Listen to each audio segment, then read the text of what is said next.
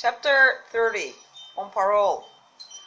I was weakened indeed. We were all weakened, for I could see even the sentinel shake himself together from where he had fallen against the doorpost. By a clear, hearty voice hailing us from the margin of the wood. "Blockhouse, ahoy, ahoy!" cried. "Here's the doctor." And the doctor it was, although I was glad to hear the sound. Yet my gladness was not without admixture. I remember with confusion my insubordinate and stealthy conduct, and when I saw where it had brought me, among what companions and surrounded by what dangers, I felt ashamed to look him in the face. He must have risen in the dark, for the day had hardly come, and when I ran to the loophole and looked out, I saw him standing, like silver once before, up to the mid-leg in creeping vapor.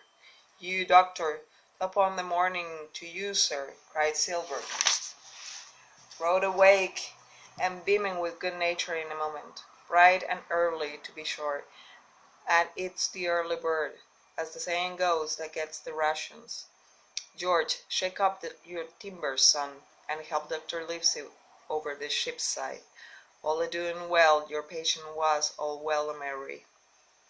So he pattered on, standing on the hilltop, with his crutch under his elbow, and one hand upon the side of the log house, quite the old John in voice, manner, and expression.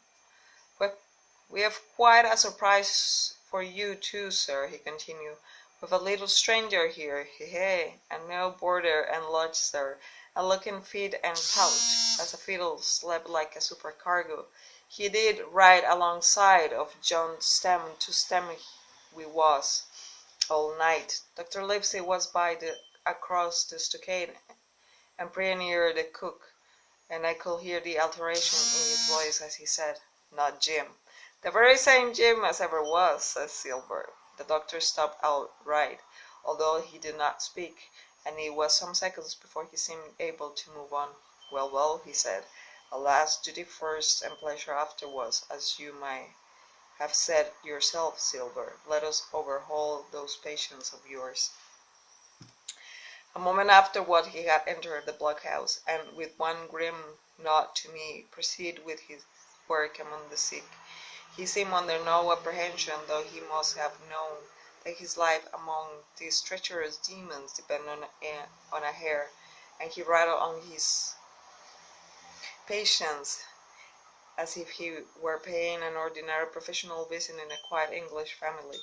His manner, I suppose, reacted on the men, for they behaved to him as if nothing had occurred, as if he were still ship's doctor, and they still faithful hands before the mast.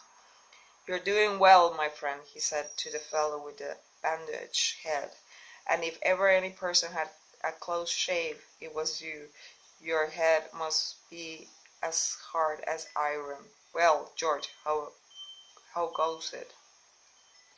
"You're a pretty color, certainly. Why, your liver, man, is upside down. Did he take that medicine, man?" Aye, sir, he took it, sure enough," returned Morgan. "Because, you see, since I am mutineer's doctor, or prison doctor, as I prefer to call it," says Dr. Livesey, in his pleasantest way, "I make it a point of honor not to lose a man for King George, God bless him, and the gallows." The rogues looked at each other, but swallowed the home thrust in silence. "Dick don't feel well, sir," said one. "Don't he?" replied the doctor. "Well, step out here, Dick, and let me see your tongue." "No, I should be surprised if he did. The man's tongue is fit to frighten the French." Another fever. "Ah, there," said Morgan, "that command of sleeping Bibles." That command, as you call it, of being arrant asses," reported the doctor, "and of having the sense enough to know honest air from poison, and the dry land from a vile, pestiferous sloth. I think it most probable, though of course it's only an opinion, that you'll have that dose to pay before you get that malaria out of your systems. Camp in a bog, would you? Silver, I'm surprised at you. You're less of a fool than many take you all around, but you don't appear to me to have the rudiments of a notion of the rules of health.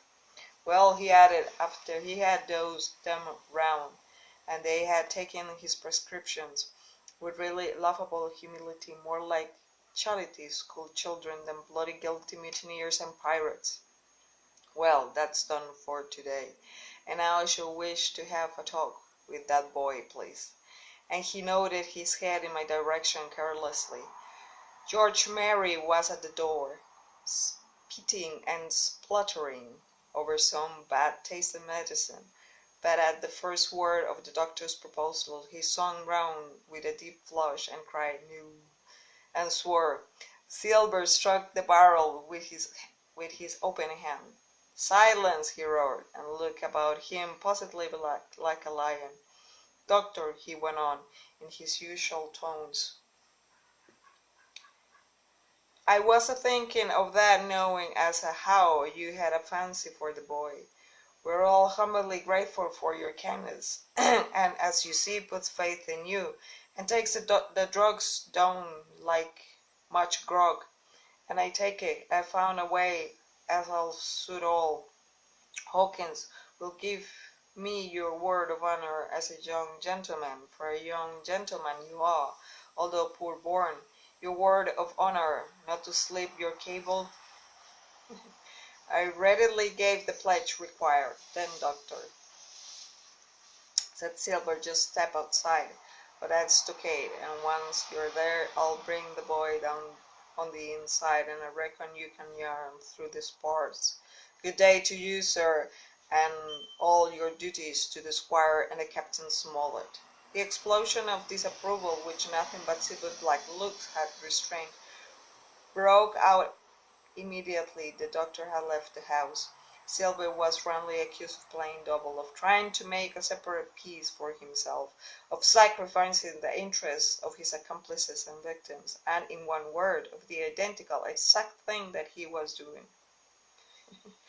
It seemed to me so obvious in this case that I could not imagine how he was to turn their anger, but he was twice the man the rest were,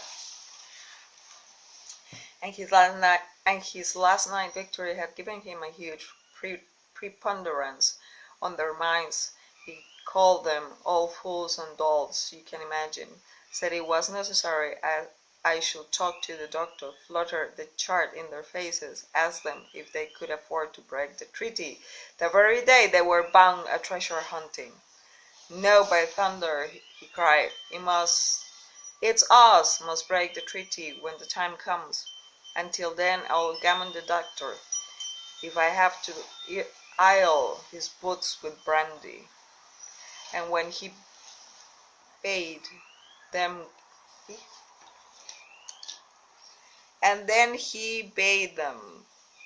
get the fire lit, and stuck out upon his crutch with his hand on my shoulder, leaving them in a disarray, and silenced by his volubility rather than convinced. "Slow, lad, slow," he said. "They might round upon us in a twinkle of an eye, if we was seen to hurry." Very deliberately, then, did we advance across the sand to where the doctor awaited us on the other side of the stockade, and as soon as we were within easy speaking distance, Silver stopped. "You'll make a note of this here also, doctor," says he, "and the boy'll tell you how I saved his life, and where deposed for it, too, and you might lay that to that, doctor, when the man's steering as near the wind as me, playing chuck, farthing with the last breath in his body like you wouldn't think it too much, mayhap, to give him one good word. You'll please bear in mind it's not my life only now, it's the boy's into the bargain, and you'll speak me fair, doctor, and give me a bit of hope to go on for the sake of mercy." Silver was a changed man once he was out there and had his back to his friends and the blockhouse. His cheeks seemed to have fallen in, his voice trembled. Never was a soul more dead in earnest. "Why, John, you're not afraid?" asked Dr. Livesey. "Doctor, I'm no coward." Not I, not so much." And he snapped his fingers. If I was, I wouldn't say it, but I'll own up fairly. Have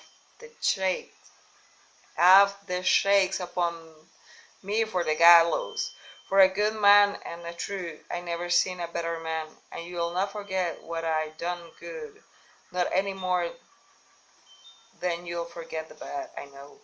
And I step aside, so see here, and leave you and Jim alone, and you'll put that down for me too, for it's a long stretch, is that.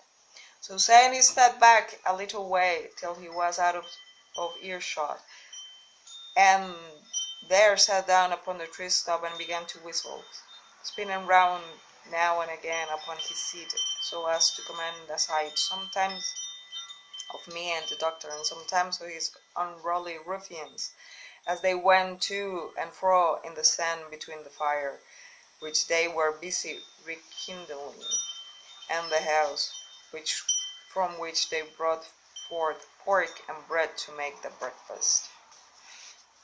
"So, Jim," said the doctor shyly, "here you are. As you have brewed, so shall you drink, my boy.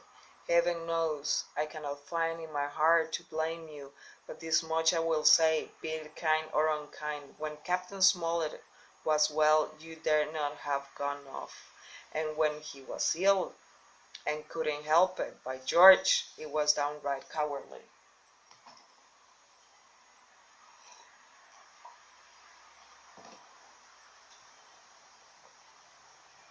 "I will own that." I here began to weep. "Doctor," I said, "you might spare me. I have blamed myself enough. My life's forfeit anyway, and I should have been dead by now, if Silver hadn't stood for me. And, doctor, believe this, I can die, and I dare say I deserve it. But what I fear is torture, if they come to torture me." "Jim," the doctor interrupted me, and his voice was quite changed. "Jim, I can't have this. Whip over, and we'll run for it." "Doctor," said I pass my word." I know," he cried. "We can help that, Jim, now. I'll take it on my shoulders, hollows, bollows, blame and shame, my boy. But stay here, I cannot let you. Jump, one jump, and you're out, and we'll run for it like antelopes." "No," I replied. "You know right well you wouldn't do the thing yourself, neither you nor squire nor captain, and no more will I. Silver, trust me. I pass my word, and back I go. But, doctor, you did not let me finish. If they come to torture me, I might let slip a word of where the ship is, for I forgot the ship, part by my luck and part by my risking, and she lies in the north inlet, in the southern beach, and just below high water. At half tide she must be high and dry." "The ship!" exclaimed the doctor. Rapidly I described to him my adventures, and he heard me out in silence. "There is a kind of fate in this," he observed, when I had done. "Every step it's you that saves our lives, and do you suppose by any chance that we are going to let you lose yours? That would be poor return, my boy. You found out the plot. You found Ben Gunn, the best deed that ever you did, or will do, though you live to 90. Though you live to 90. Oh, by Jupiter, and talking of Ben Gunn, why, this is the mischief in person. Silver," he cried, "Silver, I'll give you a piece of advice," he continued, as the cook drew near again. "Don't you be in any great hurry after that treasure." "Why, sir, I do my possible, which that ain't," said Silver. "I can only ask in your pardon, save my life and the boys by seeking for that treasure, and you may lay to that." "Well, Silver," replied the doctor, "if that is so, I'll go one step further. Look out for squalls when you find it." "Sir," said Silver, "as between man and man, that's too much and too little. What you're after, why you left the blockhouse, why you giving me that there chart. I don't know now, do I? And yet I done your bidding with my eyes shut and never a word of hope. But no, this here's too much. If you won't tell me what you mean playing out, just say so and I'll leave the helm.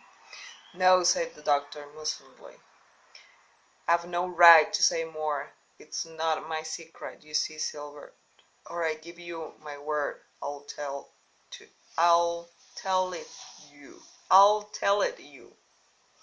But I'll go as far with you as I dare go, and a step beyond, for I'll have my weeks sorted by the captain, or I'm mistaken. And first, I'll give you a bit of hope, Silver. If we both get alive out of this wolf trap, I'll do my best to save you, short of perjury. Silver's face was reddening. You couldn't say more, I'm sure, sir, that if you was my mother, he cried. Well, that's my first concession, added the doctor. My second is a piece of advice. Keep the boy close beside you, and when you need help, hello.